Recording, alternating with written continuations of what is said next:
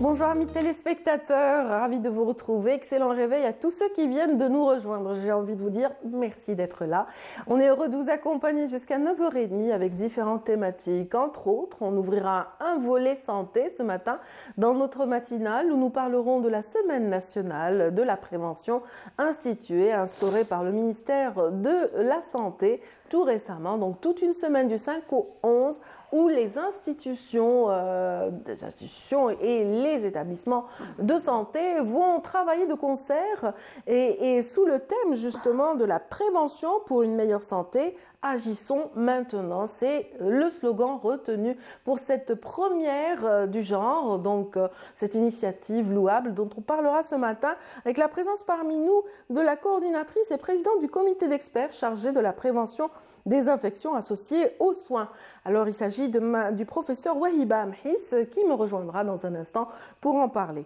Dans cette matinale, nous parlerons également de culture, notamment avec ce 45e anniversaire du décès de Cheikh Abdelkarim Dali qui nous a quittés en 21 février 1978. Aujourd'hui, il existe une fondation qui porte son nom et qui perpétue son héritage, qui essaye justement de raviver la mémoire de ce chantre et maître de l'andalou qui maîtrisait savamment les styles justement de cette musique andalouse qu'on aime tant, donc notamment la sana'a et aussi le style gharnati. Il était un des rares à le faire. Il n'est pas aussi célèbre que pour ça. Nous en parlerons certainement plus et davantage avec Sabrina Softa, qui est secrétaire générale adjoint de la Fondation Abdelkarim Dali, qui me rejoindra également sur ce même plateau tout à l'heure.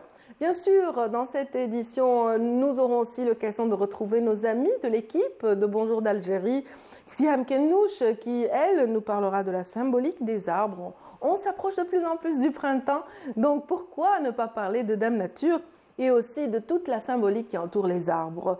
Pour ce qui est de Dame Nature, bien sûr, nous aurons aussi l'occasion de retrouver Meriem Moussaïd qui, elle, en connaît un bout sur les plantes et qui nous parlera justement aujourd'hui de la meilleure manière de les préserver par des produits et substances naturelles essentiellement.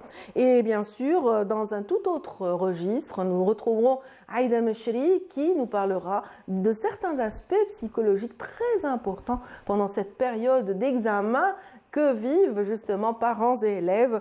Et ce sera un petit peu voilà l'essentiel de cette matinale. J'espère que vous apprécierez ces thématiques et que voilà que vous aurez du plaisir d'être avec nous ce matin. En tout cas, on a du plaisir à l'écouter. On est toujours suspendu à ses lèvres. Il s'agit d'Amel Alibi qui, avec sa voix douce, nous donne les nouvelles du ciel de si fort belle manière. Alors, on va lui laisser le temps de nous en parler davantage et c'est parti.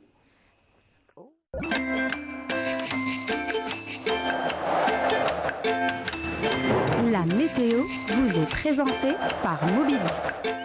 Mobilis, معاً نصنع المستقبل. Bonjour Amel. Bonjour Nadia. Ça va? Ça va, merci, oui. Oui, bon, quand il y a un sourire qui se dessine sur votre visage, je comprends qu'il y a de la pluie quelque part. N'est-ce pas? N'est-ce pas? Que demander de plus? Voilà, j'aurais aimé faire la météo comme ça, là, maintenant, et décrypter tout est... Bon, ben, moi, je pourrais dire, voilà, oui. Au nord, yeah. Beaucoup de nuages, beaucoup de pluie. Au centre, quelques soulèvements de sable. Et puis, un peu plus au sud, un soleil qui règne en roi. Ah bah, c'est excellent, Nadia. Voilà. Qu'est-ce que je vais dire de plus maintenant? On va laisser la spécialiste dire, voyons. Merci, Nadia. Allez-y, Amel. Bonjour à tous et bon réveil. Eh bien, pour aujourd'hui, on aura des passages nuageux sur pratiquement l'ensemble des régions nord, avec quelques pluies durant cette matinée sur les régions de l'ouest. Puis le temps va s'améliorer tout au long de la journée. Par contre, sur le centre et l'est, eh bien, le ciel se montrera tantôt nuageux et tantôt ensoleillé, accompagné de quelques pluies parfois orageuses, mais plus vers les régions côtières, proches côtières et vers les régions intérieures. La moitié sud connaîtra un ciel souvent voilé, du Nord Sahara vers les oasis, partiellement voilé vers le Bécharoua, l'extrême sud, le Hégard et le Tassili. Ailleurs, le soleil brillera de tous ses feux. Et à noter, des soulèvements de sable, cette fois-ci, vers le Nord Sahara et les oasis. Eh bien, les températures durant la journée, elles accuseront une toute légère hausse par rapport au jour précédent. Et Météo Algérie prévoit 15 degrés du côté de Djelfa, également Tiaret, 16 Batna et Annaba, 17 Tiyouzou, Batna, 22 du côté d'Oran, 21 Tlemcen, 18 Alger, au sud 20 degrés à Biskra, 26 Gardaïa, également Béchar, 28 à Tamanrasset, 27 à Elizi, 30 degrés à Insalah, 31 à Tindouf, 32 à Adrar, 33 degrés à Bouch, Bedjimourtar et le maximum cette fois-ci à Ingzen avec 36 degrés. La mer aujourd'hui, eh bien, elle se montrera agitée sur pratiquement l'ensemble des régions côtières.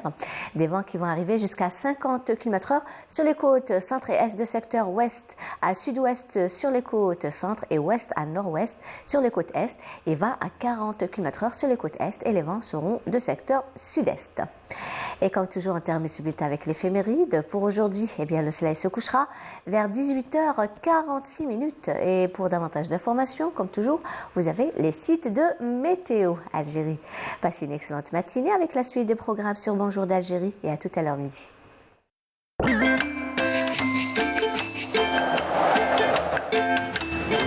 La météo vous est présentée par Mobilis. موبيليس معا نصنع المستقبل. Merci beaucoup, Amel. C'est moi qui vous remercie. Passez une excellente journée. Excellente N'oubliez pas votre parapluie. Bah oui, c'est clair. Voilà, Ah, quelques c'est pluies, que hein, tout c'est ça pas, qui nous c'est pas suit. des averses, hein, c'est quelques Oui, pluies. des petites Mais bon, ondées qui voilà. vont rafraîchir notre journée, en tout cas. Exactement. On apprécie toujours. Hein. Voilà. Elle est la bienvenue, hein.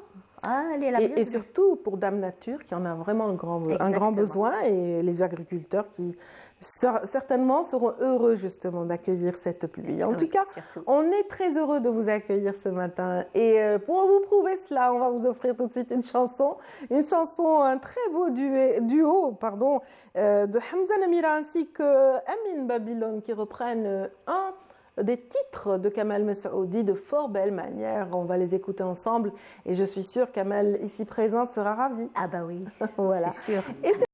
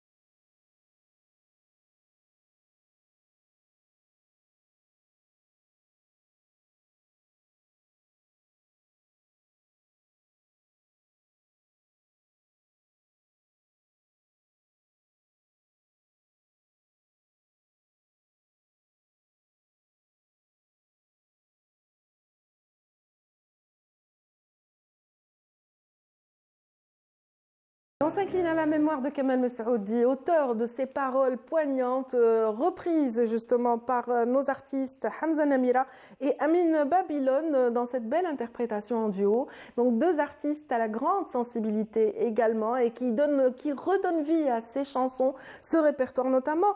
Hamza Namira qui sillonne parfois des ruelles à l'étranger et qui fait connaître le patrimoine algérien et qui a une forte, communauté qui le suit ou des followers à travers la planète tout entière. Alors on est ravis ce matin d'ouvrir avec vous une page santé avec la présence parmi nous du professeur Wahiba Mhis. On est ravis de vous avoir parmi nous ce matin, professeur. Merci. Je rappelle que vous êtes professeur en microbiologie médicale, donc c'est au CHU Mustapha que vous exercez. Oui, tout à fait. Et vous avez une autre casquette actuellement dans la mesure où vous dirigez toute une équipe, tout un comité d'experts chargé de la prévention des infections associées aux soins, n'est-ce pas? Tout à fait. Voilà. Tout à fait. La prévention, c'est très important et le ministère de la Santé a tenu à lui accorder davantage d'importance, justement, un plus d'ancrage. Tout à fait, puisqu'il a décidé, Monsieur le ministre a décidé d'institutionnaliser une semaine de prévention qui va donc se répéter régulièrement du 5 au 11 mars de chaque année. Et pourquoi la prévention? Parce que la prévention, c'est très important. Et je peux vous donner la définition de la prévention, définition de l'OMS déjà en 1948. Avec plaisir. Alors, c'est quoi la prévention? Eh bien, c'est l'ensemble des mesures visant à éviter ou réduire le nombre et la gravité des maladies, des accidents et des handicaps. Très bien. Donc, vous voyez que c'est C'était en 1945. C'était en 1948. Déjà, la problématique de la prévention avait été posée par l'OMS. Tout à fait, oui. Tout à fait. Et puis, donc, on s'est rendu compte que finalement, il valait mieux prévenir que guérir. Absolument. Parce que passer au curatif, ça revient tellement cher quand les maladies sont là. La prise en charge du patient, elle est lourde sur tous les plans. Absolument. Sur le plan familial, sur le plan social, sur le plan financier, économique.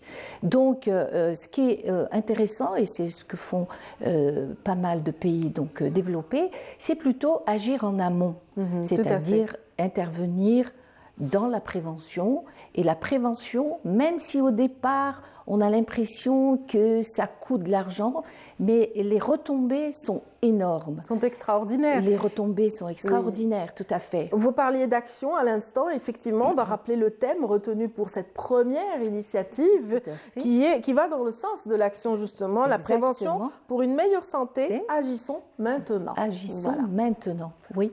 Maintenant, il n'est pas trop tard, n'est-ce pas? Non, pas du tout. Il n'est jamais trop tard.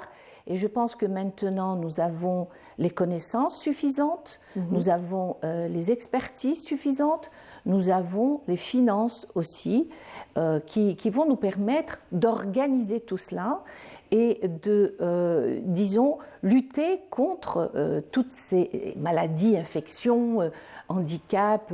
Et vous avez vu la semaine, les thèmes sont très très larges. Il y a par exemple la promotion de l'alimentation saine, c'est-à-dire que là, je sais que dans certains pays, on parle de ministère de la Santé et du bien-être du citoyen. Absolument. Donc si vous regardez un peu les différents thèmes, il y a non seulement la santé, prévenir par exemple les maladies chroniques comme le diabète, l'hypertension, les infections qu'elles soient communautaires ou hospitalières, les infections associées aux soins qui coûtent extrêmement cher, qui laissent des handicaps, qui peuvent parfois aboutir à des décès. Et donc là, si vous regardez les différents thèmes, ils sont extrêmement importants et intéressants et ça permet, si vous voulez, de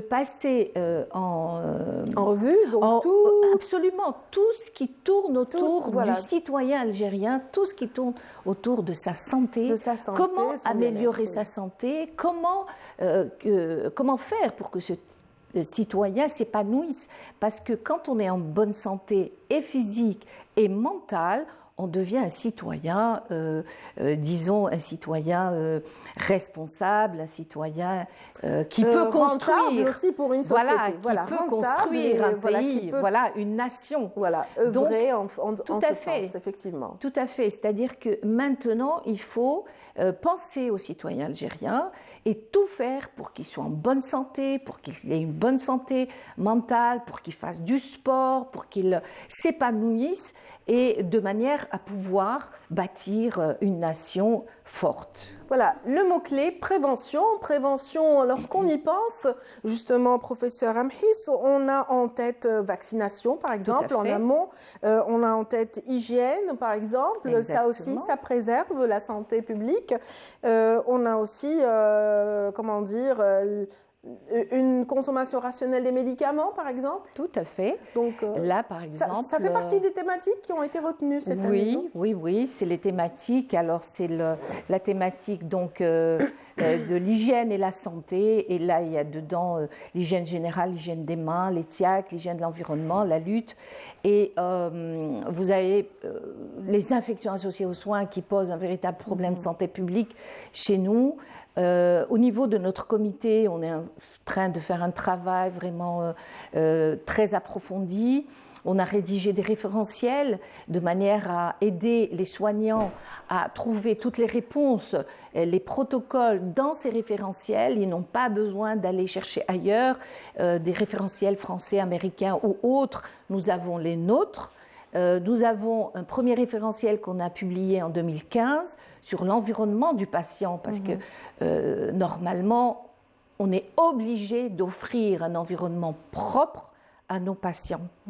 C'est dans cet environnement propre qu'après les soins viennent et aident le patient à guérir. Toute la chaîne sanitaire. Voilà, l'environnement hospitalier propre est je dirais même une condition sine qua non pour des soins de qualité. C'est là, à la porte de l'hôpital, que tout commence. L'accueil, l'environnement propre, etc.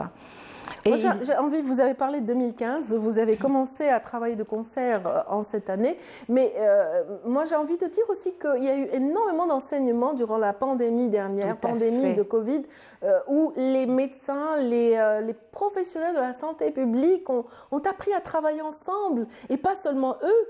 Ils ont travaillé de concert avec différents secteurs au sein de la société. Ça a permis de sortir d'une crise. Et je crois que les enseignements sont nombreux, entre autres peut-être cette réflexion soutenue par rapport à la prévention. Tout à fait, tout à fait. Et la pandémie de la Covid a été une très bonne, j'allais presque dire, école. C'est une école, effectivement. Sur comment prévenir et comment se protéger. Parce qu'il fallait protéger le patient et protéger le soignant en même temps. Donc vous avez ces deux pans, si vous voulez, de l'hygiène hospitalière. Et durant cette pandémie, les soignants ont bien compris et ils ont utilisé vraiment, ils se sont renseignés, parce que dans un premier temps, il y avait cette peur, cette sidération devant cette pandémie. Et ensuite, les gens ont commencé à prendre confiance.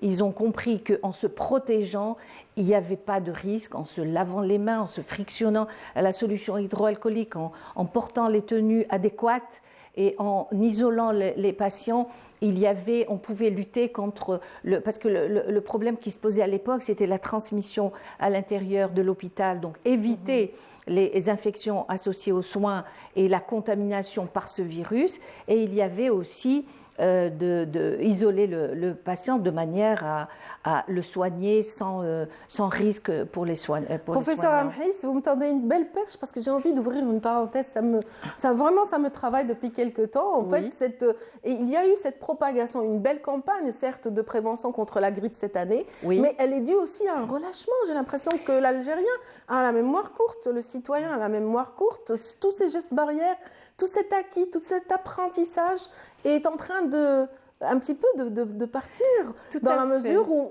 on ne protège pas l'autre et on ne se protège pas pendant la grippe, alors que c'est obligatoire C'est un normalement. virus aussi. C'est un virus Aussi autant tueur, que le Covid, hein. aussi tueur. Et bien sûr, les personnes atteintes de grippe ne portent pas toutes leur masque et Oui, effectivement. ne protègent pas les autres. Effectivement, on a passé quand même 2 années très douloureuses parce qu'elles se sont soldées de beaucoup de décès. Les soignants à l'époque et même la population générale faisaient très très attention, portaient les masques, etc. Mais au fil du temps, avec la disparition, on va dire, de la pandémie, il y a eu une espèce de relâchement. Les gens en avaient marre du masque. C'est compréhensible. Voilà, c'est ça. C'est compréhensible. Voilà. Moi-même, j'en avais marre. Voilà, on était épuisés, tout le monde. Hein.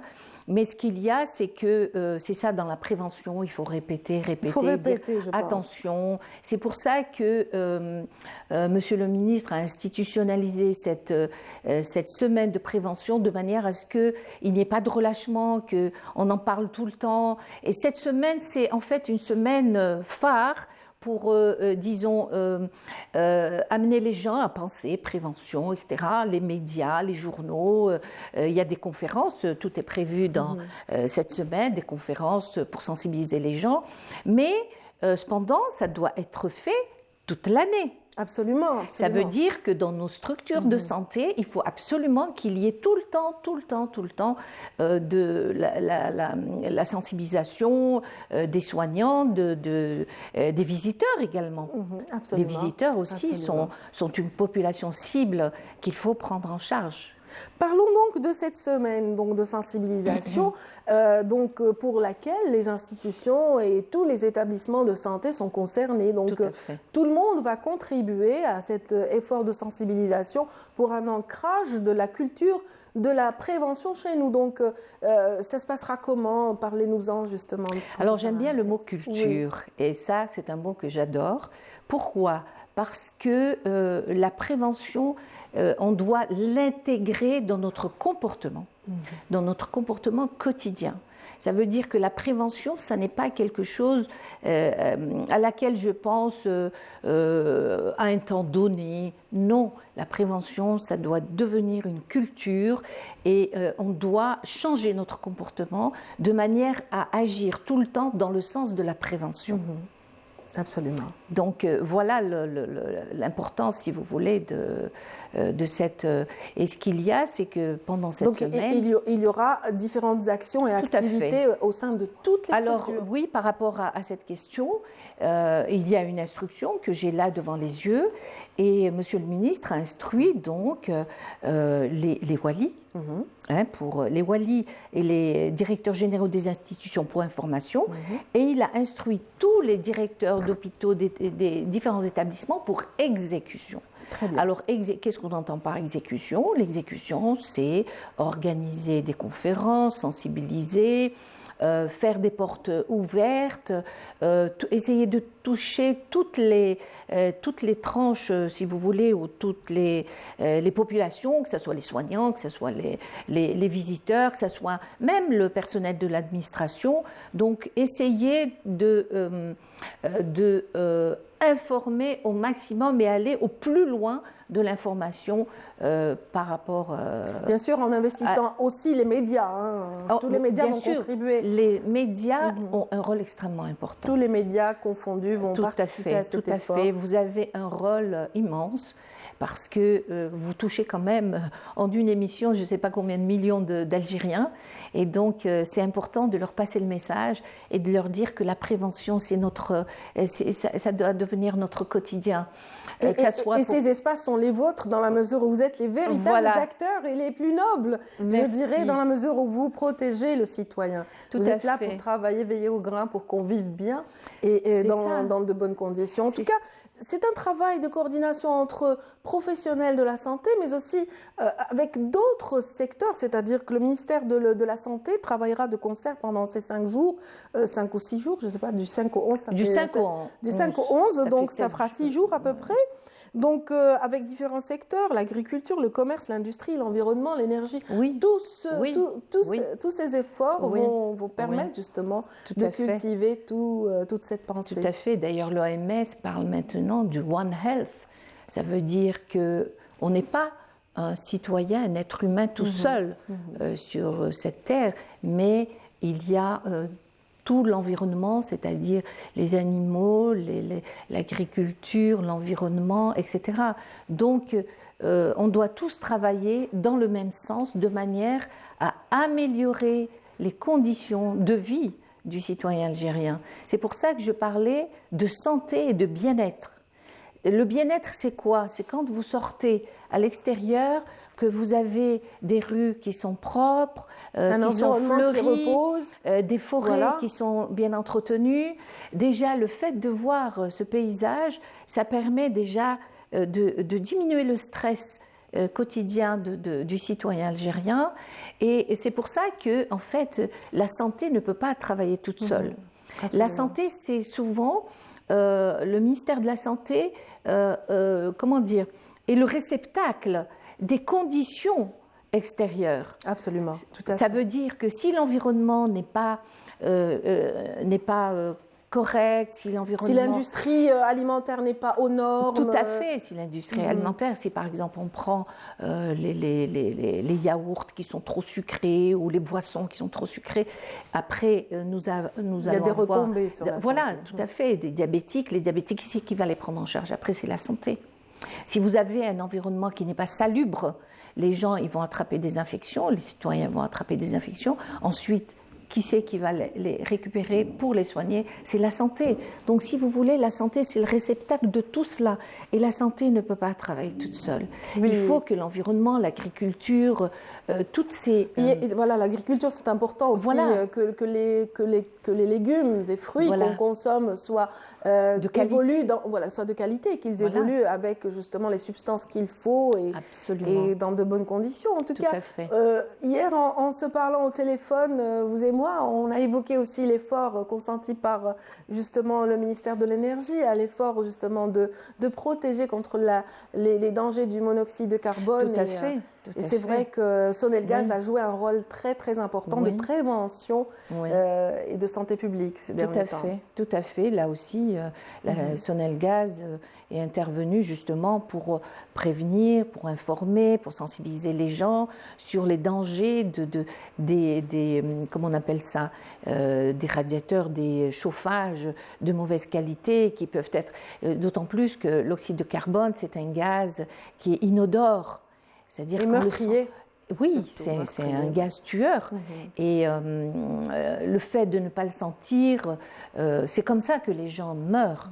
Mais aujourd'hui, les foyers seront pourvus de détecteurs, justement. Tout à fait. Qui permettront justement de protéger toutes ces familles qui ont été endeuillées et d'autres qui pourraient l'être. Oui, et puis ça continue. Là, c'est pour ça que la médiatisation de cette prévention doit continuer pendant tout l'hiver encore. Voilà. On parlait à l'instant, mesdames, messieurs, de cette semaine nationale de la prévention instaurée, instituée par le ministère de la Santé, et professeur Amhis ici présente, donc, qui est un microbiologiste, spécialiste justement en microbiologie médicale au CHU Mustapha Bacha, donc nous a permis justement d'évoquer l'importance de la prévention ce matin. En tout cas, on vous souhaite bon vent pour cette semaine. Vous serez où, professeur ? Eh bien, je serai aujourd'hui, je vais rester chez vous puisque je vais passer à la chaîne 3 tout à l'heure. La sensibilisation via les médias, donc c'est vrai parce que c'est votre rôle en tant que coordinatrice principale de ce comité d'experts chargé de la prévention des infections associées aux soins. Donc, on a été ravis de vous recevoir ce matin. Merci je pense qu'il y a des chapiteaux qui ont été installés à Riyad El Feth qui aimeraient en savoir plus. Oui, il y a des chapiteaux, il y a des conférences grand public. Il faut se déplacer, aller sur l'esplanade de Riyad El Feth. Il y a plein de chapiteaux, il y a plein de médecins, de professeurs qui vont présenter, qui vont discuter avec le citoyen algérien. Et si vous avez des questions, eh bien, c'est l'occasion. Voilà, c'est l'occasion d'en discuter. Discuter. On a été ravis de vous recevoir, professeur Amhis. Merci beaucoup. Voilà, on souhaite bon bon vent pour cette campagne que vous menez actuellement. Et bien sûr, on souhaite une bonne journée à tous ceux qui viennent de nous rejoindre ce matin. On continue de parler de santé, mais cette fois-ci en évoquant un terme vraiment qui revient très souvent actuellement, le burn-out. Le burn-out, qu'est-ce que c'est? Comment il peut survenir et comment est-ce qu'on doit faire face à cet aspect? C'est Belhija Yasmine qui nous en parle dans ce reportage. L'état de fatigue constant non soulagé par le repos, l'épuisement mental et émotionnel, le manque d'énergie, la surcharge ou le stress. Pensez au burn-out, autrement défini comme un épuisement professionnel. Le burn-out, on peut dire que c'est la fatigue intense, c'est l'épuisement professionnel. Surtout, on le trouve chez les patients, en fait, chez ceux qui sont très perfectionnistes ou bien enthousiastes, les gens qui donnent plus pour leur travail. Donc, en réalité, on peut dire aussi que le burn-out, on peut le trouver dans le milieu, pas que le milieu professionnel, mais par exemple dans notre vie personnelle et familiale. Si on donne tout le temps beaucoup, on peut arriver au burn-out. Si vous êtes épuisé et que vous ressentez une diminution dans vos engagements habituels, vous perdez goût de réaliser vos activités. L'inquiétude, l'anxiété font partie de votre quotidien. Vous souffrez d'insomnie et de migraine. Consultez. Une prise en charge médicale est indispensable. Parmi les symptômes du burn-out, c'est l'irritabilité, l'émotivité. C'est des gens qui sont toujours à fleur de peau, ils sont très irritables, qui sont très sensibles à leurs émotions. On trouve aussi des symptômes physiques comme la fatigue intense, des troubles du sommeil, de perte d'appétit, une perte de poids. Et tout ça, c'est suite à une fatigue qui est vraiment plus morale que mentale. Déjà, ça a commencé progressivement. C'était des journées où ça se passait mal, d'autres qui étaient bien. Par la suite, ça a commencé à être de plus en plus fréquent et je me sentais très très mal, très mal au boulot. J'avais la boule au ventre, j'avais du mal à respirer, j'avais juste envie de partir, de quitter les lieux et de partir. Quand certains de ces signes deviennent chroniques, il est important de prendre des mesures, se détacher de sa source de stress et demander l'aide d'un professionnel.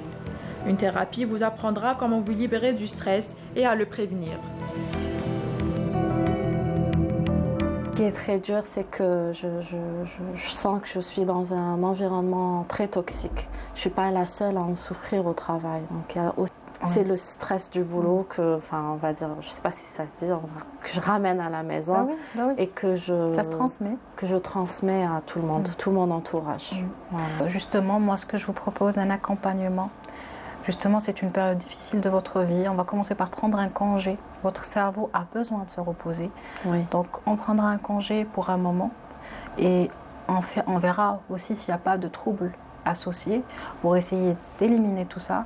Et à ce moment-là, on va commencer notre prise en charge pour éviter, désensibiliser déjà et de retraiter un petit peu le cerveau pour qu'il puisse refonctionner normalement.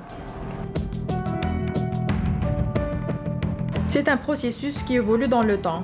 On parle des conséquences d'un stress chronique. Le burn-out est un épuisement de notre organisme qui a une incidence sur notre équilibre psychologique. C'est la prévention. Voilà, et qui mieux qu'Aïda Mouchiri dans notre équipe pour parler justement de tous ces aspects psychologiques et de cet accompagnement de toutes ces personnes en détresse. Elle est là, elle vient de s'installer. Il s'agit d'Aïda Mouchiri justement pour les plus fidèles qui la connaissent et qui la suivent régulièrement. Bonjour Aïda. Bonjour Radia. Ravie de vous retrouver. Et Aïchek, partager la même chose. Mais voilà, tu nous offres beaucoup de choses aujourd'hui. Il y a un peu de la prévention. La prévention, Ça t'a intéressé? Très, très, très même. Pourquoi? Parce que c'est vrai que c'est nouveau. Je félicite nos collègues du ministère de la Santé. C'est vrai qu'on avait échangé autour de ces thématiques bien avant. Mais ce qui nous intéressait dans notre projet, c'était un peu le volet addiction et comment prévenir un peu tous ces volets, protéger nos enfants, protéger les familles aussi de ces utilisations. Ça devient très, très utile aussi de compléter que les addictions peuvent être très dangereuses. Elles font partie justement des thématiques retenues pour cette première semaine de la prévention, la prise de médicaments et aussi la prévention et lutte contre la toxicologie.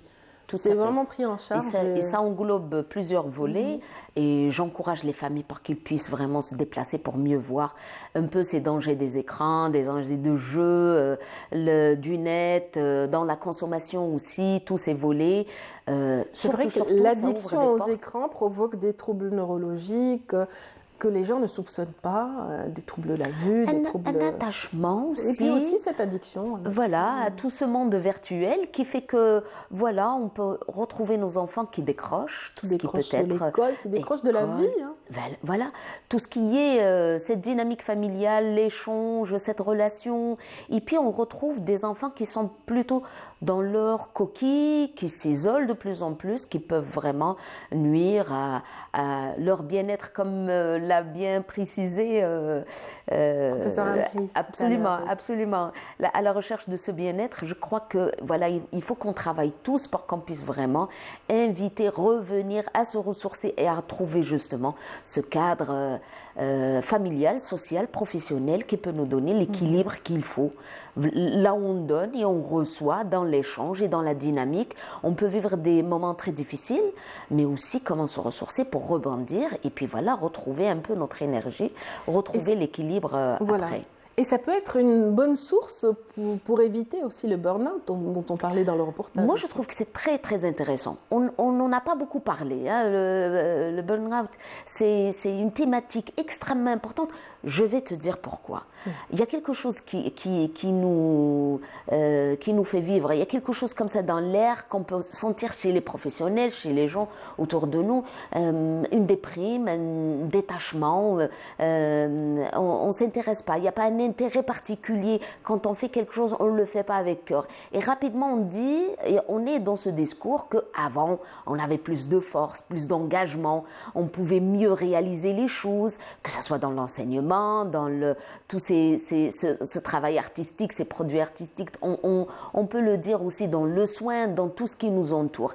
Eh bien, pourquoi ne pas dire aussi qu'il y a des professionnels qu'ils n'ont pas trouvé cette formule d'équilibre pour redynamiser leur énergie. Il n'y a pas de reconnaissance, il n'y a pas d'applaudissements, il n'y a pas cette liberté. Il n'y a pas d'évolution des fois, ou pour les plus créatifs. Il n'y a pas d'encouragement, il n'y a pas de cet esprit d'équipe qui va vraiment permettre aux leaders de pouvoir vraiment instaurer les choses. Il y a toujours cette disqualification, ces conflits qui sont vraiment très internes, qui peuvent nuire. Ou alors une densité de travail au-delà des normes aussi. Parfois, il y a un excès dans le travail lui-même. Certains professionnels, comme vous le dites, sont sollicités puisqu'il en faut et ça crée aussi une situation de burn-out. Avant, on ne disait pas burn-out, on n'était pas dans l'anglo-saxon. Avant, on dirait saturation. Saturation, oui. On disait saturation. Tout à fait. Après, on avance un tout petit peu vers vider. Je n'ai plus la force, l'énergie de donner ni d'offrir. Il y a quelque chose comme ça qui s'installe, on le voit, on le touche, on le palpe chez ces professionnels qui vraiment entourent un peu nos enfants, les familles, qui sont vraiment dans l'échange. Mais comment réparer? Je crois que c'est ça la bonne question. Comment réparer? Comment vraiment offrir à ces professionnels pour rebondir, retrouver un peu? C'est des aménagements de postes, c'est des énergies, c'est un renforcement d'équipe, c'est un travail dans le contenu lui-même, c'est une manière de réviser le programme lui-même, c'est de réinnover, d'instaurer quelque chose de nouveau qui va booster, qui va donner de l'énergie et va donner nouveau souffle pour qu'ils puissent vraiment retrouver ce plaisir de faire. Et puis je crois que c'est ça le vrai sens du vie. C'est comment on travaille ensemble, tous ensemble, mais on a aussi le goût et la force de pouvoir vraiment offrir le meilleur. Et puis voilà, de retrouver ce goût. Et c'est ça qui donne le sourire, qui donne la force d'offrir et puis la force de sortir. Ça, on le voit souvent. Le burn-out ne touche pas que les adultes, n'est-ce pas? Oui, tout à fait. Tout à fait. Brûler, c'est brûler de l'intérieur. Et pourquoi c'est visible chez les professionnels, les adultes? Parce qu'il est techniquement validé dans tout ce qui est questionnaire. On peut vraiment le capter avec les professionnels. Ils ont leur technicité, leur technique pour pouvoir vraiment souligner ça et apporter ça. Ce n'est pas un rejet, ce n'est pas un déni, ce n'est pas un moment particulier, mais c'est vraiment dans un cycle de travail. Là, on peut vraiment le retrouver et il faut faire très attention. Pourquoi? Parce qu'on perd les compétences. C'est quand on est là derrière des personnes qui ont tout donné, qui ont tout appris, qui ont la force de pouvoir mener les groupes et les perdre comme ça dans la nature parce qu'on n'a pas su redynamiser ça. Je crois que ça, c'est une culture, c'est un savoir-vivre, mais aussi un travail dans les profondeurs. Aussi, ça nous invite à voir le volet soin. Comment vraiment se soigner de ça. Nous, on fait abstraction. Tout ce qui est santé mentale et ce bien-être, on a comme l'impression que c'est facile, on saura faire, tant qu'il ne s'agit pas d'une maladie dans le corps et que ce n'est pas un petit bobo qui a besoin de médicaments et de comprimés. Mais je crois qu'il y a une autre force interne qui nous habite, qu'il faut faire vraiment très, très attention pour se ressourcer, dynamiser de l'intérieur, parce que perdre un peu cette énergie et se retrouver dans ces cases et puis à ce niveau de l'échange fait que voilà, on n'a plus la force de pouvoir donner à nouveau et on peut nuire à tous ceux qui nous entourent. Parce que souvent, on peut être assisté médicalement parlant par justement une prescription de temps en temps.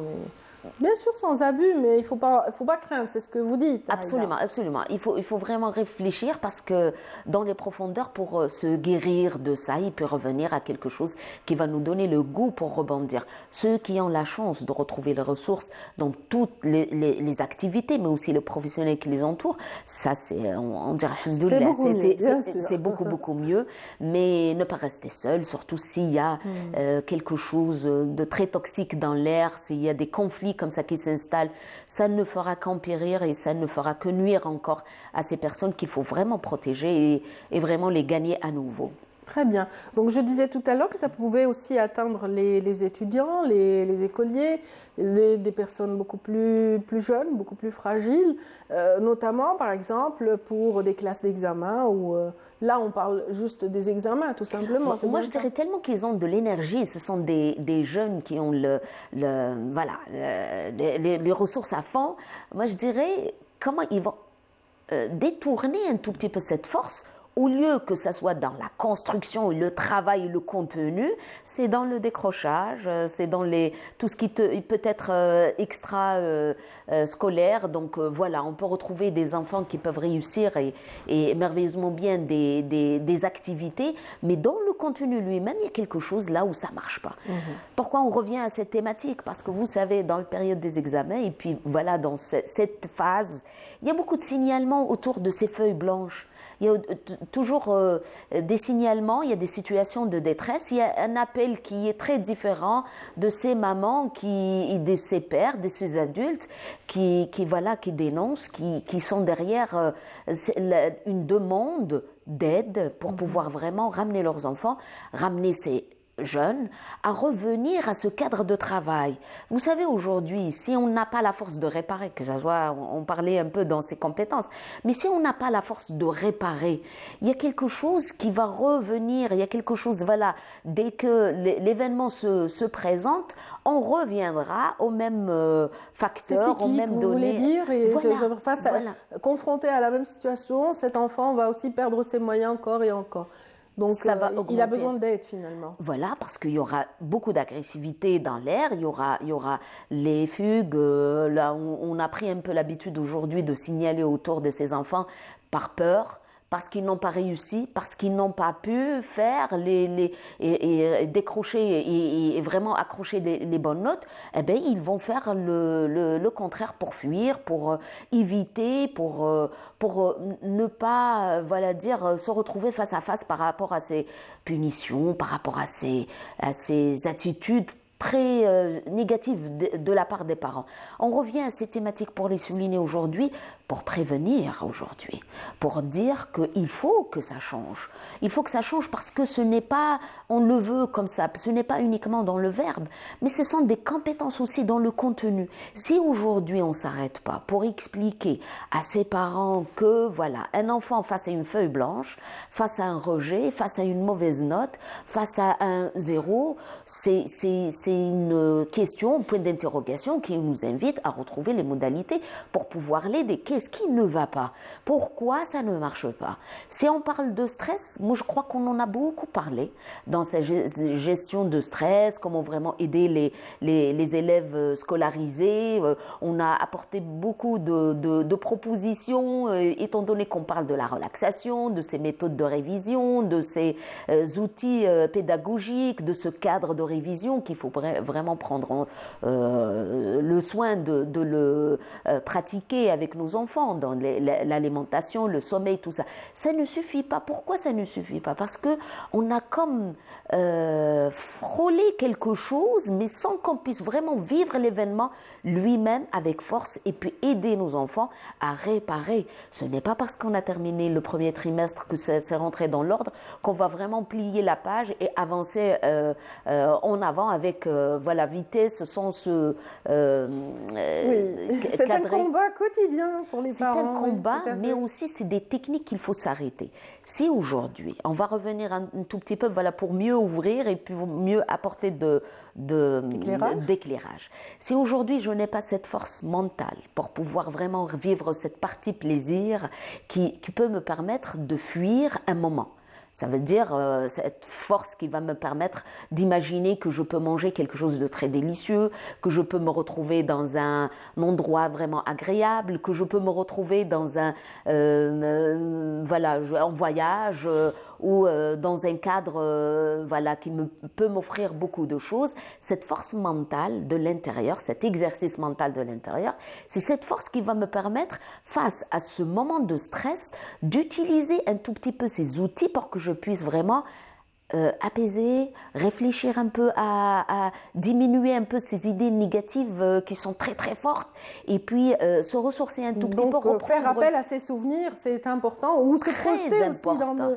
des projets futurs. Voilà, techniquement, ce sont des idées qui peuvent nous permettre de réfléchir et peu de ressourcer. Et c'est ça qui fait la différence. Qu'est-ce qui fait que vous gérez un moment de stress, panique, voilà, on peut se retrouver dans des moments difficiles et on a comme le recul et le réflexe de pouvoir vraiment rebondir et choisir quelque chose de mieux pour s'en sortir.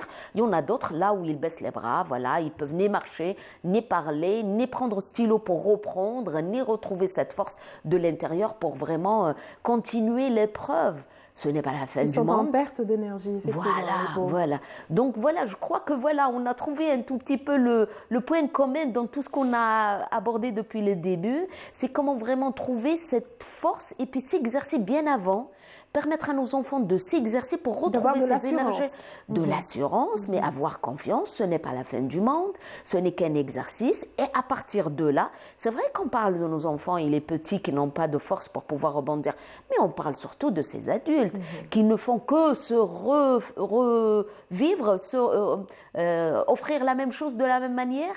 On n'a pas pris le temps de se projeter dans l'élève qu'on était et un peu ce profil qu'on a vécu depuis notre enfance. Il faut prendre ce moment pour pouvoir vraiment se voir. On était qui? On peut avoir été un élève excellent. Donc, avoir un enfant moyen, c'est difficile. Difficile à gérer. C'est pas du vécu. Hein. Ou le contraire. C'est différent. Il y en a d'autres. Ou alors qui sont faibles et qui se retrouvent avec des génies. Voilà. Et je crois que c'est la force utilisée chez ses parents, je crois que c'est là où il faut travailler réellement pour pouvoir vraiment cadrer, trouver qu'est-ce qu'il faut ou juste pour vraiment réparer. Aujourd'hui, on est vraiment dans le début de semaine pour ceux qui viennent de commencer les examens ou dedans. Moi, je crois que ça ne sert absolument à rien de rester dans cette ère toxique. Détecter l'enfant comme celui qui ne pourra pas. De garder un peu cette atmosphère familiale qui peut être vraiment de mauvaises expériences et puis quelque chose de très négatif. Ça donne même à chaque cycle d'examen où on revient vraiment aux mêmes soucis, avec les mêmes inquiétudes. On a quelque chose comme ça qui devient très... C'est un milieu de guerre, hein. C'est le parcours de combattant. Oui, les parents sont parfois font pression, effectivement.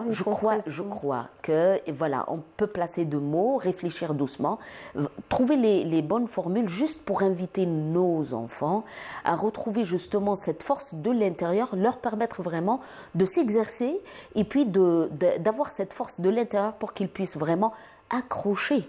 Absolument, trouver les outils en voilà.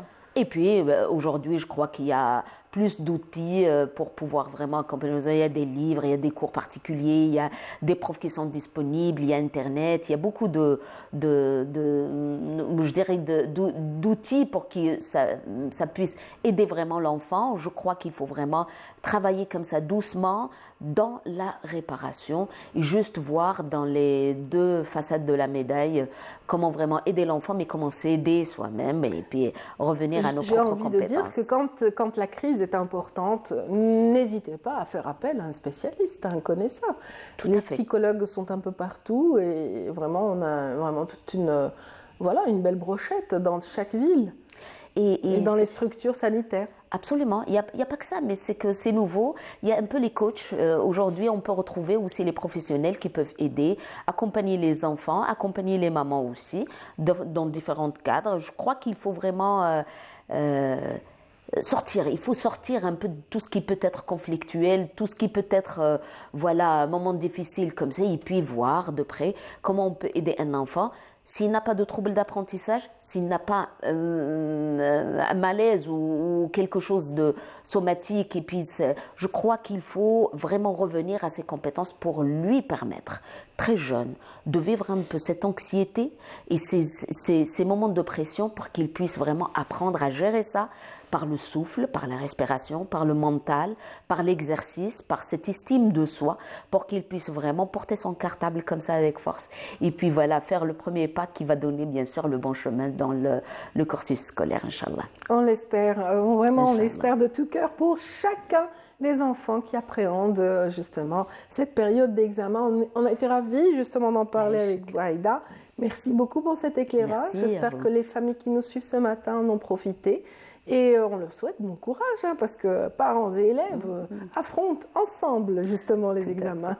Ce sont des périodes qu'on déteste effectivement, mais ça va passer. Et bientôt les vacances arriveront, Aïda. Et bien sûr, quoi de mieux que Dame Nature pour corriger, pour réparer, pour apaiser.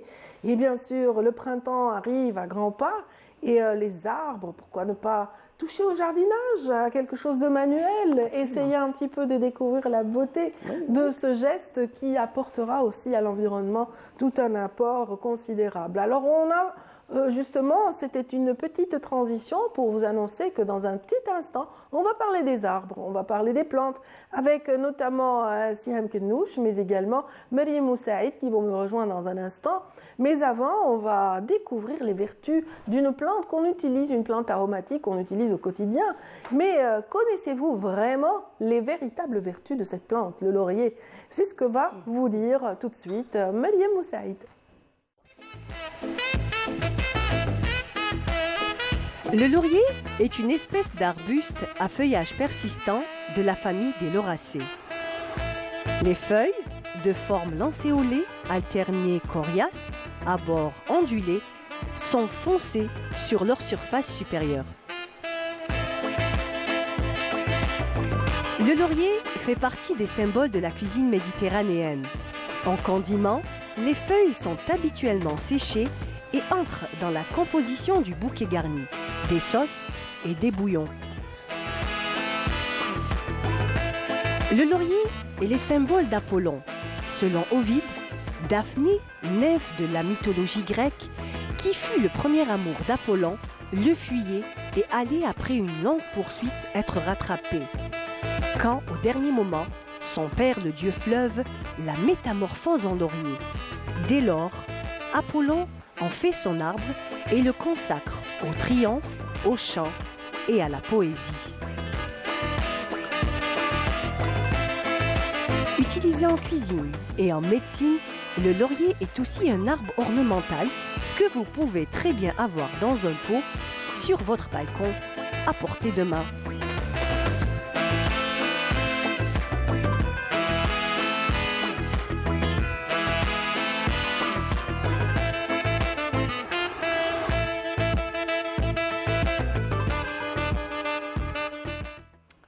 Bonjour Siham. Bonjour. Bonjour Mariam. Bonjour. Ça va? Ça va. En forme? Très bien. Ah, bientôt le printemps, j'imagine. j'imagine. Bah oui, hein. J'imagine un petit peu ton petit potager et puis j'imagine un petit peu toutes ces belles plantes qui t'entourent tout le ça temps. commence. Ça commence. Ça commence et c'est la période. Voilà, ça demande de l'entretien. On parlera justement dans un instant d'entretien, mais puisqu'on est sur la lancée de la présentation des arbres, on vient de voir le laurier dans ce reportage. Et Siham, je crois que vous avez choisi de parler de la symbolique des arbres ce matin. Il y a certains arbres qui sont chargés de symboles. Ils sont très profondément symboliques, j'ai envie de dire. Il y a certaines ambivalences dans chaque arbre, mais ils ne sont pas ici par hasard, d'accord. Ce sont des arbres qu'on connaît depuis, j'ai envie de dire, la nuit des temps, certes. Ils sont importants dans une certaine civilisation et non pas dans une autre, mais ils sont là, d'accord. C'est des arbres qui nous parlent, le climat qui nous diffère raccordent. d'une région à une autre, N'est-ce pas? Oui. Et puis il y a des adages, il y a des dictons qui parlent de ces arbres. Des fois, on les glorifie, des fois, on trouve que bon, ils sont pas très intéressants. Mais vous voyez que chaque arbre a sa propre symbolique. Et j'ai les choisi feuilles pour de vous laurier dans par l'Antiquité exemple, étaient très présentes. Franchement, le laurier, On en avait parlé. dans l'Antiquité grecque, d'accord, mais ça s'est un petit peu propagé à travers le bassin méditerranéen. Donc le laurier, bien sûr. Et dans le langage commun, c'est-à-dire que c'est universel, on parle de le laurier symbolise la victoire, tout à fait, l'apogée. Tout à fait, l'apogée d'ailleurs.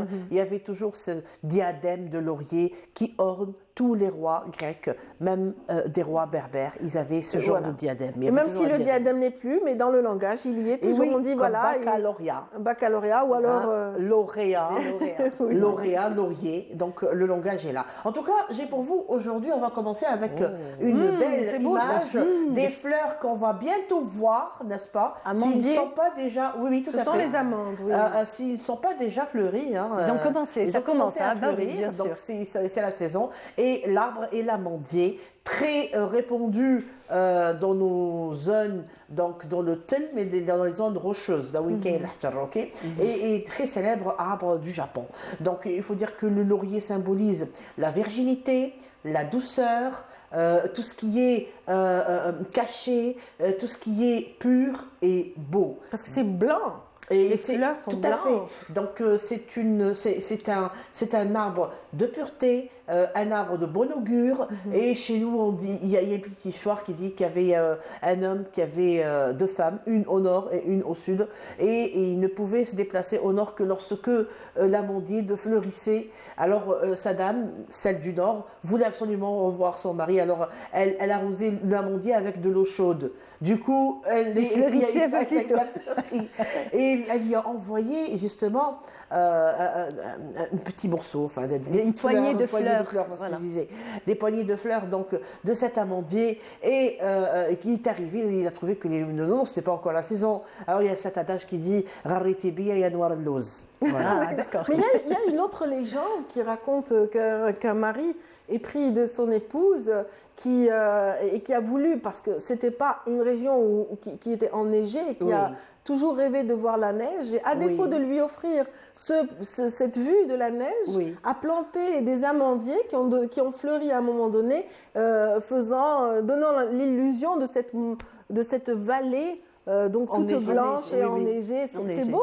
C'est beau. C'est un arbre qui est très, très beau, tout à fait. Oh oui, ça c'est ancré dans nos histoires, dans notre culture. On peut voir l'autre image aussi, un autre arbre, qui viendra orner nos écrans.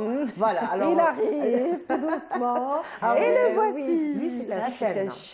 C'est un chêne. Alors, le chêne, majestueux chêne. Lamartine a parlé d'un beau chêne. Le chêne solitaire, ce n'est pas par hasard, parce que justement, le chêne est symbole de solitude et de longévité.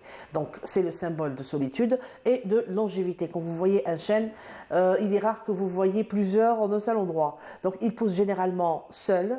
Il aime les hauteurs. Et il vit longtemps. Il vit très très longtemps. Très très longtemps. C'est un arbre coriace. Donc, il symbolise la sagesse, la longévité et aussi la solitude. Donc, c'est un arbre dur. C'est un dur à cuire, quand on dit. Donc, il est là. Mais généralement, il aime bien être seul pour qu'on l'aperçoive bien. Vous voyez l'image, par exemple, là, c'est un chêne qui est seul. Et même si vous prenez justement le poème de Lamartine, quand il parle de ce chêne, il parle de chêne, exactement, il parle de ce chêne. Alors, je me rappelle très bien de ce chêne parce qu'on avait un professeur de dessin au CEM qui nous faisait dessiner des poésies. Et cette dame était magnifique parce qu'elle nous enseignait l'art et la poésie en même temps. Donc on avait à dessiner, et je dessinais un jour un beau chêne comme ça. Alors le figuier, grand symbole aussi, alors symbole comment on appelle ça déjà? Un de mes fruits préférés. Ça c'est vrai. Oui, le Majoun, c'est très bon. C'est un délice. Voilà, alors le figuier aussi, un grand symbole de pudeur. Un grand symbole de pudeur. Rappelons-nous dans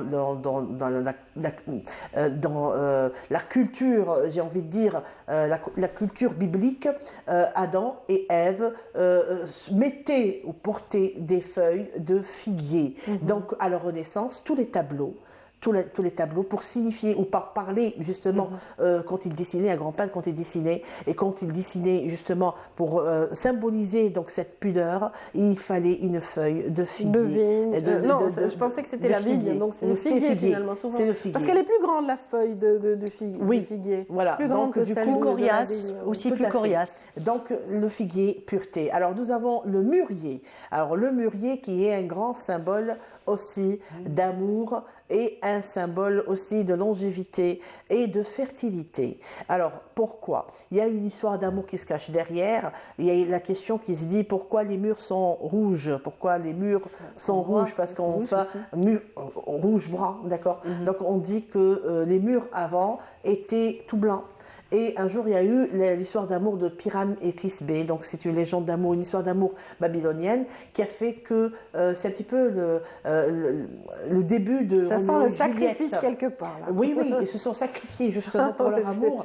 Et leur sang, c'est une longue histoire, donc leur sang s'est mêlé et les racines de cet arbre ont bu de ce sang des amoureux. Et du coup, les murs sont devenus rouges. Et depuis, le mûrier, justement, c'est un symbole de fertilité et d'amour en même temps. Très grand et très beau symbole aussi chez nous et très présent dans notre culture aussi. Ça un symbole aussi de verre qui se transforme, le verre à soie et tout ça, tout ce qui est délicat. Les mûriers ne sont pas en général plantés, je ne sais pas, ils poussent tout seuls, j'ai l'impression. Non, les mûriers sont plantés. En fait, sur Alger, je ne sais pas si tu fais... Il y a une culture de mûriers. Oui, il y a la culture de mûrier, oui, bien entendu, puisqu'il y a certaines allées, même il y a certains quartiers où vous trouverez des murs. Il y en a un peu partout au niveau d'Alger. Et en fait, il y a deux variétés. Généralement, quand c'est dans des grands boulevards et tout, ce qu'on fait, c'est qu'on plante des mûriers mâles de façon à ce qu'il n'y ait pas de fruits. Parce que c'est assez salissant quand on est en ville et tout. Mais en fait, les deux variétés sont cultivées. Super. Voilà. Il me reste un arbre, je crois qu'il me reste un dernier, un petit dernier. Oui, je pense. Oui, un pommier. Le pommier. Alors le pommier aussi, non, il me reste deux. Je sais qu'il me reste deux arbres. Alors le pommier, en fait, c'est un grand symbole d'amour, dont l'appellation la pomme d'amour, n'est-ce pas? Voilà. Donc c'est un symbole d'amour. C'est un symbole qui rassemble entre la réalité et l'amour. Donc c'est pour ça qu'on le retrouve dans la plupart des contes, comme par exemple Blanche-Neige. Il est aussi associé à Ève. Un petit Ève, souvent, qui a croqué dans une pomme pour trouver justement l'amour plus tard. Voilà.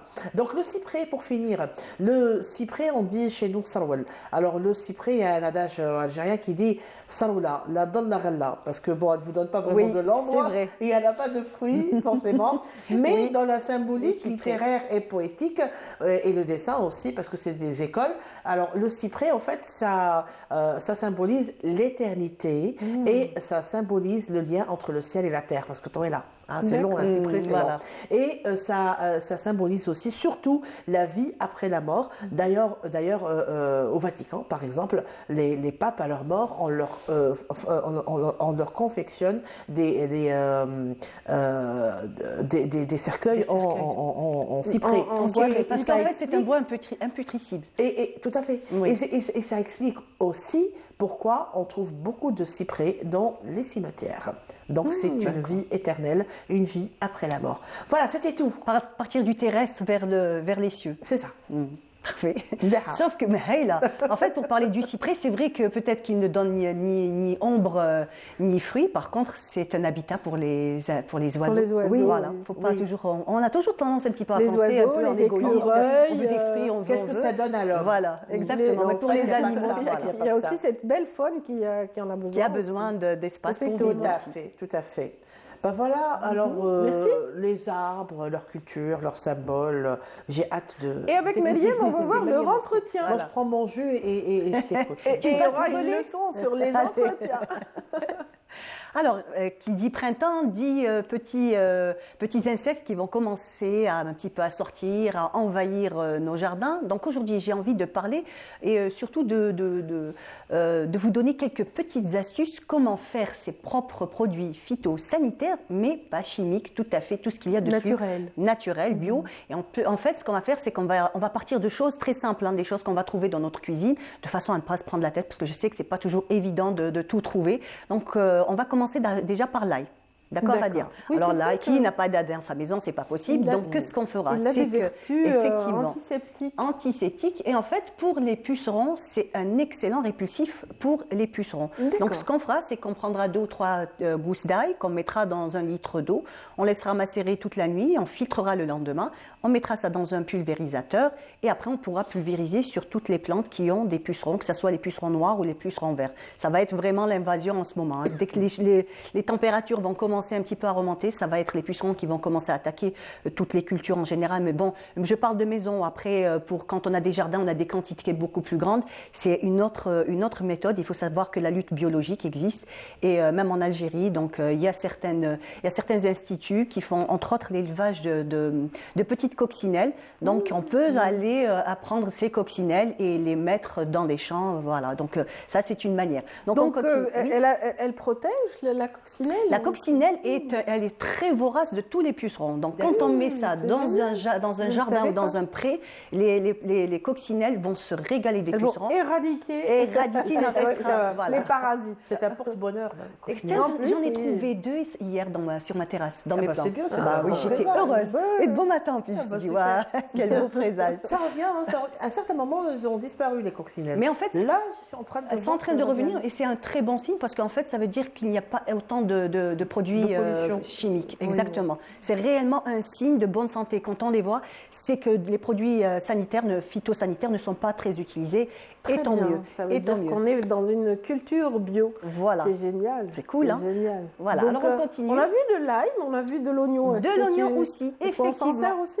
On peut aussi s'en servir donc pour repousser toutes sortes aussi de petits insectes, entre autres la petite araignée rouge. Donc il y a toujours comme ça de petits insectes qui viennent dévorer nos plantes. Donc pour l'oignon, on fera la même chose. On le coupera en 4.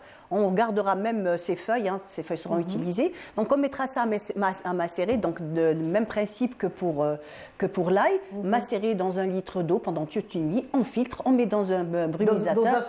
Dans un fiche-fiche. Les gamins adorent ça. Voilà. Et après, on va sur nos plantes et on va en fait pulvériser ça. Ce qu'on va faire, c'est On va me faire ça au moins un jour sur 3, un jour sur 4, parce que c'est pas aussi puissant que les produits chimiques, heureusement. Donc il faudra quand même faire ça assez souvent. Donc, même si on n'arrose pas, il y a des plantes qu'on ne doit pas arroser tout le temps. Oui, en fait, ça ne sera pas un arrosage. Ça sera juste un pulvérisé uniquement sur les feuilles, juste sur le feuillage, les branches, et le sol ne sera pas bon. Il y a quelques gouttelettes qui vont tomber comme ça, mais ça ne gênera en rien. Voilà. Donc on va essayer de pulvériser, mais à titre préventif aussi, c'est-à-dire même s'il n'y a pas apparition de parasites ou de préférence, on le fait ou pas? Non, il vaut mieux attendre. Si on voit une quelconque... Si elle psychodée, elle a dit non. Elle a dit non. Oui, je me connais. Elle a dit non. Elle voit ma terrasse, donc elle est allée. Il faudra ramener Myriam, voyons. Non, je n'ai rien à voir avec la main verte. Il faudra convoquer Myriam à la main verte. Bien, d'accord. J'ai peut-être une langue fertile qui dit des choses. Mais la main, écoute, chacun où est-ce qu'il est doué. Alors, un bon petit repas et Myriam fera l'affaire. Oui, je lui fais confiance. Pas de souci. Arrêtez les filles. Et oui, on l'a remis bien. Moi, je viens pour encourager et consommer le petit repas. Il n'y a pas de souci. Ça ne dérange pas. Voilà. Avec plaisir. Donc, regarde, on va continuer encore sur des produits que nous avons encore à la maison. Nous avons aussi le bicarbonate, qui est aussi très, très efficace. Surtout quand nos plantes se couvrent de cette espèce de petite poudre blanche ou noire, le bicarbonate est excellent. Et on fera exactement la même chose, donc prendre 1 litre d'eau. De préférence, il vaut mieux faire bouillir l'eau à l'avance, laisser refroidir l'eau, mettre une cuillère de bicarbonate à l'intérieur et en même temps encore pulvériser. Et c'est bon pour toutes les plantes, plantes d'intérieur, plantes d'extérieur. Si on a planté, on a un petit potager sur le balcon. À l'entrée de mon immeuble, il y a un mesquelib, un très bel arbre comme ça qui donnait beaucoup de senteurs à l'entrée et de fleurs. Très sensible. Mais là, le feuillage est tout blanc. Donc ça veut dire que c'est un parasite qui l'a attaqué. C'est un champignon. Est-ce que c'est trop tard ou est-ce que je devrais peut-être le protéger? Absolument pas. En fait, ce qu'il faudra faire, c'est quand même celles qui sont vraiment trop chargées de blanc. Ce qu'on fera, c'est qu'on essaiera d'enlever à la main, déjà enlever une grande quantité, laisser les feuilles qui sont saines et là commencer à brumiser. Mais surtout quand c'est un état avancé, il vaut mieux aller 1 jour sur 2 de préférence. Voilà. On voit une belle menthe là. Non, c'est pas de la menthe, c'est de l'ortie. C'est de l'ortie, je vois pas bien. Je vais aller chez l'ophtalmo. Il faudra faire un petit réglage. Non, mais c'est réglé. Mais ça ressemble de loin. Ça ressemble de loin, oui. Alors l'ortie, si on a un petit peu d'espace, parce qu'il faut savoir que quand même ça demande un peu de travail, donc l'ortie, le purin d'ortie est aussi réputé, donc pendant des années ou même des décennies, ça a vraiment été un produit phytosanitaire excellent, très puissant aussi. L'ortie, on la laissera macérer en fait une quinzaine de jours, l'ortie dans de l'eau, et ensuite on filtrera et on mettra ça aussi pour arroser et en même temps aussi pour mettre sur les feuillages au cas où on a une quelconque bestiole. L'ortie est connue pour ses vertus relatives au cuir chevelu. Donc c'est vrai qu'on la recommande en général pour la protection du cuir chevelu, pour nourrir le cuir chevelu. Nourrir le cheveu, c'est un reminéralisant vraiment extraordinaire, l'ortie. Vraiment, c'est vraiment un aliment je peux vous raconter des histoires sur l'ortie. La prochaine fois, avec plaisir. Oui. Avec plaisir. Tricoter des tricots à base d'ortie. C'est pas l'histoire des... ça me dit quelque chose. Ah oui, les signes. Je sais qu'elle devait tricoter. Sans dire un mot. Oui. Supplice. Belle histoire. Oui, très belle. Mais assez, quand même assez... j'aimerais bien réécouter cette belle histoire, avec plaisir. Voilà, donc on finit avec le dernier petit produit qu'on a aussi à la maison. Qui n'a pas du savon noir à la maison? Savon tarf, savon hajra. Oui, du savon noir, savon hajra, comme on dit. Ah d'accord, savon de Marseille. Voilà, du savon de Marseille, du savon noir, même aussi savon de Zeyer aussi. Savon de Zeyer aussi, ça peut faire l'affaire. En fait, ce qu'on fera, c'est qu'on le diluera toujours dans de l'eau qu'on aura fait bouillir préalablement. Donc, diluer une petite cuillère à café, par contre, à café, pas à soupe, dans à peu près 1,5 litre d'eau. Il ne faut pas vraiment que ça soit savonneux. Il faut à peine que ça soit, on va dire que ça soit très, très dilué. Et aussi, on pourra en fait brumiser comme ça sur les plantes. Par contre, ça sera une fois par semaine, de préférence une fois, on va dire chaque 10 jours pour le savon. Et en fait, ça n'atteindra pas la plante s'en portera toujours aussi bien. Tu peux te laver tes plantes dans le savon. Voilà. Si je te dis, c'est ce que j'avais fait. J'avais un olivier qui avait été attaqué par... En fait, c'est un olivier que j'ai eu à peu près depuis une vingtaine d'années. Il est tout petit, c'est mon bonsaï préféré. Il a été attaqué par un champignon, donc il était devenu tout noir. Mais je te promets que j'étais à la brosse à dents. Le savon de Marseille, je l'ai entièrement brossé. C'est assez coriace quand même comme arbre. Et bien quand même, voilà, j'ai réussi à lui sauver la vie. Bravo. Voilà. Bravo. Donc il faut essayer. De temps en temps, il faut tenter comme ça, faire des petites expériences. Moi, j'admire les personnes qui ont la patience avec les plantes. Moi, je sais pas, quand elles sont sur le point de mourir, je sais pas comment faire, donc elles finissent par mourir. C'est vrai que c'est pas évident de trouver toujours la source. Des fois, ça peut être l'excès d'arrosage, des fois, ça peut être la terre qui n'est pas adéquate. Chaque plante a besoin d'une terre attention spécifique. particulière. Voilà. Et aussi l'emplacement. L'emplacement est très important. Et les Par plantes rapport à la lumière. n'aiment pas les courants d'air, ni les courants d'air, ni les vents. C'est vraiment la chose que les plantes détestent le plus. D'accord. Voilà, Radia. On va éviter les courants d'air, on va éviter justement tout ça pour permettre à ces petites plantes de nous accompagner le plus longtemps possible. Voilà, merci beaucoup. Merci Radia. C'est toujours un plaisir. Oh, c'est réciproque. Le plaisir est pour nous. Voilà, j'espère que vous terminerez bien la semaine et on se dit à très bientôt. L'histoire sur le harayq, on veut l'histoire sur on retient l'ortie. Oui, l'ortie, oui. Vous pouvez attendre. J'adore. Peut-être que les enfants qui t'accompagnent dans cette belle émission enfantine vont peut-être profiter de cette belle histoire. La prochaine fois, il n'y a pas Voilà, c'est génial. En tout cas, on peut rappeler la périodicité de ces passages. Le compte est bon. Pour le compte est bon, c'est ça? Oui. Alors, le compte est bon passe justement les mercredis à 16h30 et il est rediffusé donc le vendredi et le dimanche, toujours à 16h. Voilà. Parfait. C'est une heure où les enfants peuvent être tout à fait. la télévision. Voilà, super. Très bien. Voilà. Mesdames, on se quitte avec une chanson qu'on aime beaucoup. Elle est interprétée par un des maîtres de l'andalou qui nous a quittés en 1978, Abdelkrim Dali en l'occurrence. Une voix inoubliable, unique, irremplaçable. C'est parti. اسمه في الجنة أبو القاسم واحمد في الأعلى باهي السر وباهي المبسم باهي السر وباهي المبسم شقيق النجلة المدثر ابن هاشم المدثر ابن هاشم لابس الحلة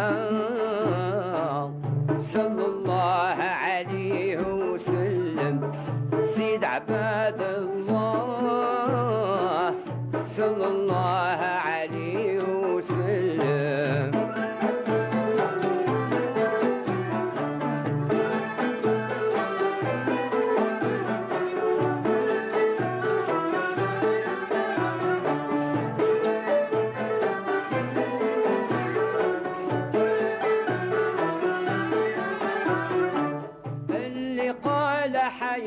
للمؤمن شعبة في الإيمان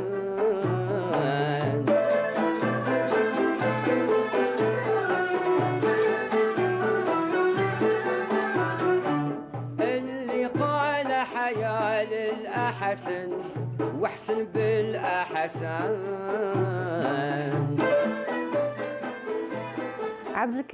Abdelkrim Dali nous a quittés le 21 février 1978, mais en laissant un legs vraiment, éternel pour des générations et des générations d'amoureux de cette musique andalouse, vraiment dans ses différents styles, ses différentes dérivées. Donc aujourd'hui, on a plaisir à en parler avec Madame Sabrina Softa, ici présente, qui est secrétaire générale adjointe de la Fondation Abdelkrim Dali, donc qui porte le nom de l'artiste et qui perpétue un petit peu son héritage. On est ravis de vous retrouver, Sabrina, ce matin. Merci Adia, bonjour à tous, bonjour Adia, bonjour aux téléspectateurs de Canal Algérie. Voilà.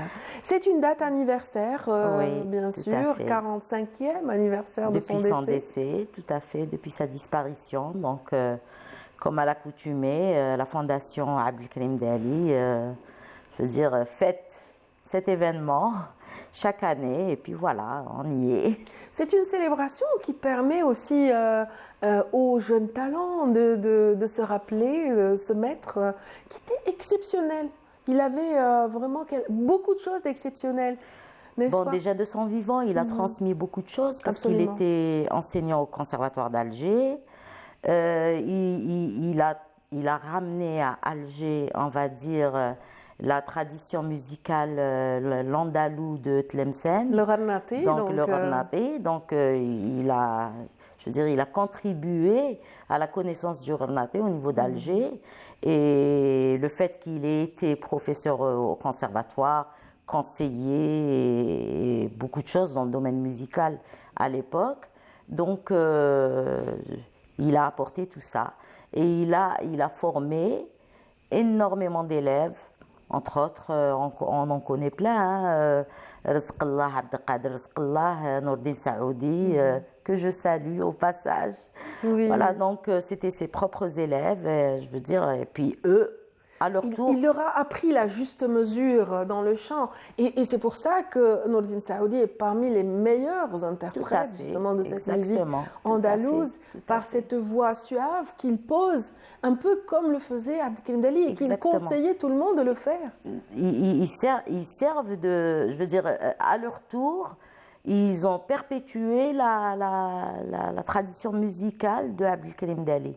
À leur tour, parce qu'ils interprètent exactement de la même façon, avec autant d'assiduité, autant de calme. Lui, il chantait avec un calme.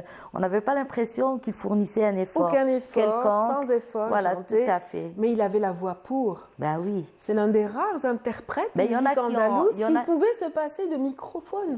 Exactement. C'est-à-dire que sa voix portait tellement qu'il pouvait se passer de microphone. Mais la maîtrise de ces expressions du visage, il y en a plein qui ont de très très belles voix, on en voit plein, même de l'époque, etc. Mais la maîtrise de l'expression on voit quelqu'un là, impassible, qui ne bouge pas et qui nous donne un plaisir incroyable à l'écouter. Lui-même, on me disait qu'il était admirateur de Mohamed Abdel Wahab, donc qui évoluait en Égypte et qui avait cette sérénité dans le chant.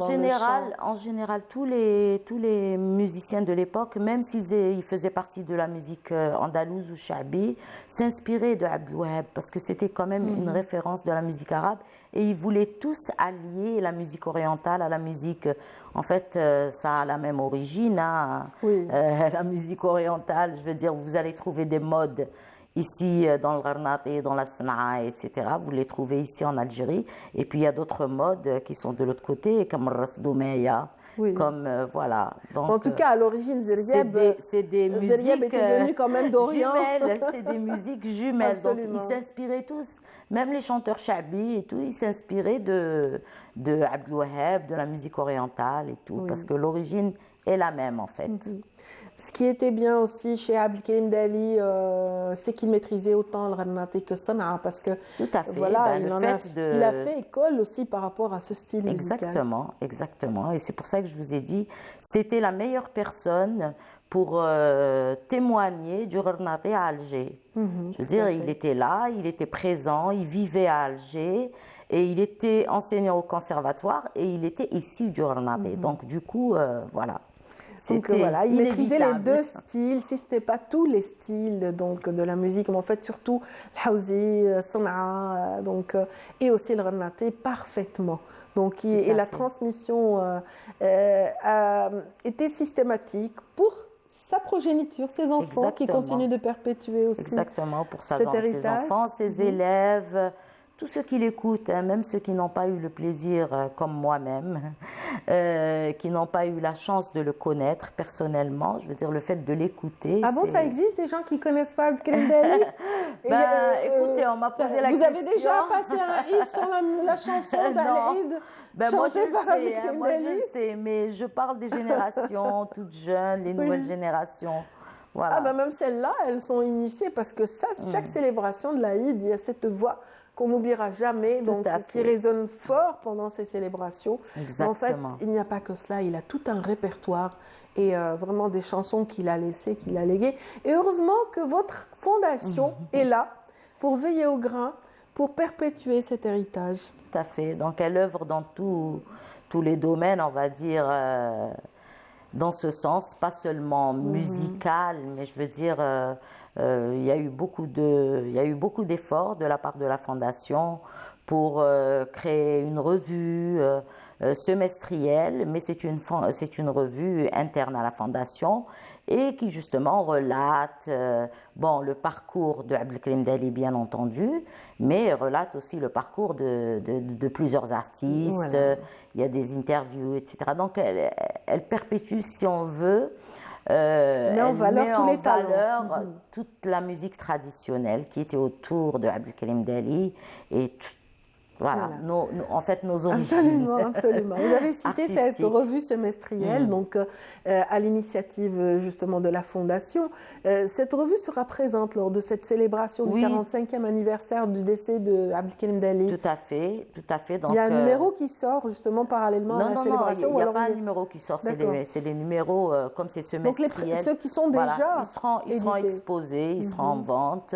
Il y aura une vente et dédicace de la lauréate de la 3e édition du prix Abdelkrim Dali, donc Nassima Hafef en l'occurrence. Elle fera une vente dédicace de son nouvel album, donc j'invite... Donc prix 2022, c'est ça? Oui, primé en 2022.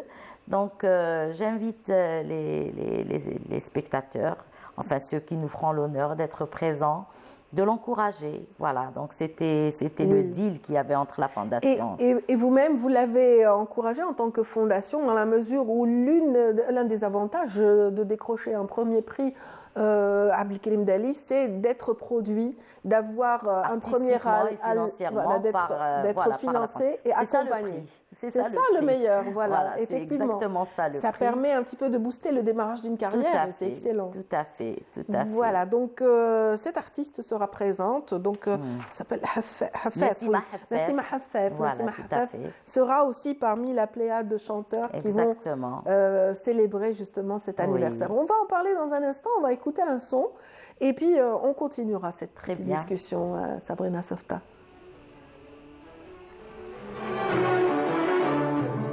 تروح حسودي وحسودك ليك ما صاب 80 ينكمل رجايا ونشوفك هاي كامل الزين لعندنا النصارين Non, j'adore cette chanson. Cette chanson est magnifique. Elle nous porte, nous donne envie de se lever, de danser, aussi d'écouter. Surtout. Voilà, une très belle interprétation. Exactement. Très belle parole aussi. Voilà. Alors ces paroles, ces sons vont revivre le temps d'une soirée, donc lors de cette célébration qui est prévue donc quel jour on va le rappeler. Vendredi. Vendredi. 10, voilà, à partir de 19h. Vendredi 10 à 19h, l'espace qui accueillera donc sera Riyad Fath, Ibn Zaydoun. Voilà, donc vous êtes invités. Merci pour l'invitation. Voilà. Mais on va essayer surtout d'orienter ceux qui nous suivent ce matin sur la programmation retenue pour cette célébration du 45e anniversaire. Alors la programmation, c'est que cette fois-ci, il va y avoir Nadia Ben Youssef, bien sûr. Voilà, la reine de la chanson algérienne, la digne héritière, exactement, de l'art de Abdelkrim Dali, et Men El Gharbi. Aussi une voix incroyable. Une voix, exactement. Donc, elles seront là. Ce qu'il y aura de nouveau, c'est qu'en général, c'est des voix masculines qui ont toujours repris les interprétations de Abdelkrim Dali. Et cette fois, on a ciblé. Bon, il y a eu quelques expériences avec certaines chanteuses il y a quelques années, mais c'était pas, je veux dire, que de la voix féminine. Cette fois-ci, on a opté pour la voix féminine pour un petit clin d'œil au réinterpréter. Non, c'était pas fait dans peut-être. Peut-être, pourquoi pas. De toute façon, c'est une coïncidence, mais ça tombe bien. Ça tombe bien parce qu'on n'est pas loin de la célébration de la journée de la femme. Exactement. Et en tout cas, c'est bien. Donc surtout le qsid de Brahim El-Khalil qui va être interprété par Nadia Ben Youssef. Ça, c'est vraiment une première. Je veux dire, en général, c'est toujours des voix masculines qui interprètent ce genre de qasaïd. Voilà. Effectivement, ça va être une belle découverte pour le public initié.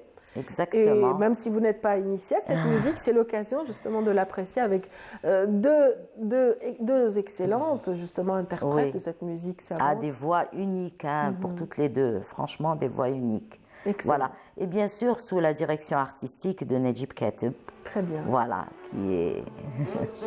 Oui, sera à sa place. C'est un gardien, du temple de l'Andalou chez exactement. nous. Et surtout du répertoire de Abdelkarim Dali.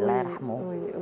En tout cas, c'est quelqu'un qui vraiment travaille sur la préservation de cette musique, sur la transmission de cette musique et sur aussi, la vulgarisation. Vulgarisation et surtout être très très très pointilleux sur certains changements qui ne plaisent pas à tous. Donc c'est la conservation de voilà. Voilà, merci beaucoup en tout cas Sabrina Softa. Je récupère ma feuille qui a volé. Très bien. Merci Sabrina Softa. Je rappelle aux téléspectateurs que vous faites partie justement de ces personnes qui vraiment font tout l'éloge de cette fondation Abdelkarim Dali. Vous êtes la secrétaire générale adjointe, donc vous occupez un rôle très important dans cette fondation. Il va y avoir aussi un film documentaire d'une dizaine de minutes. Réalisé par vous d'ailleurs. Il est signé. Donc, il est signé. Sabrina Softa a signé un très beau documentaire qui relate un petit peu le parcours de Abdelkarim Dali, qui est exceptionnel, vraiment l'une des plus belles voix de l'Andalou. Allah yarhamou. Donc voilà, il revivra sur la scène d'Ibn Zaydoun le 10, donc vendredi prochain à partir de 19h. Si vous êtes sur Alger, profitez-en. Merci de nous avoir accompagnés ce matin ou bien sûr de nous avoir acceptés chez vous ce matin. On a été ravis de vous accompagner. Merci infiniment. Je vous souhaite une excellente fin de journée et je vous dis à très bientôt. Au revoir.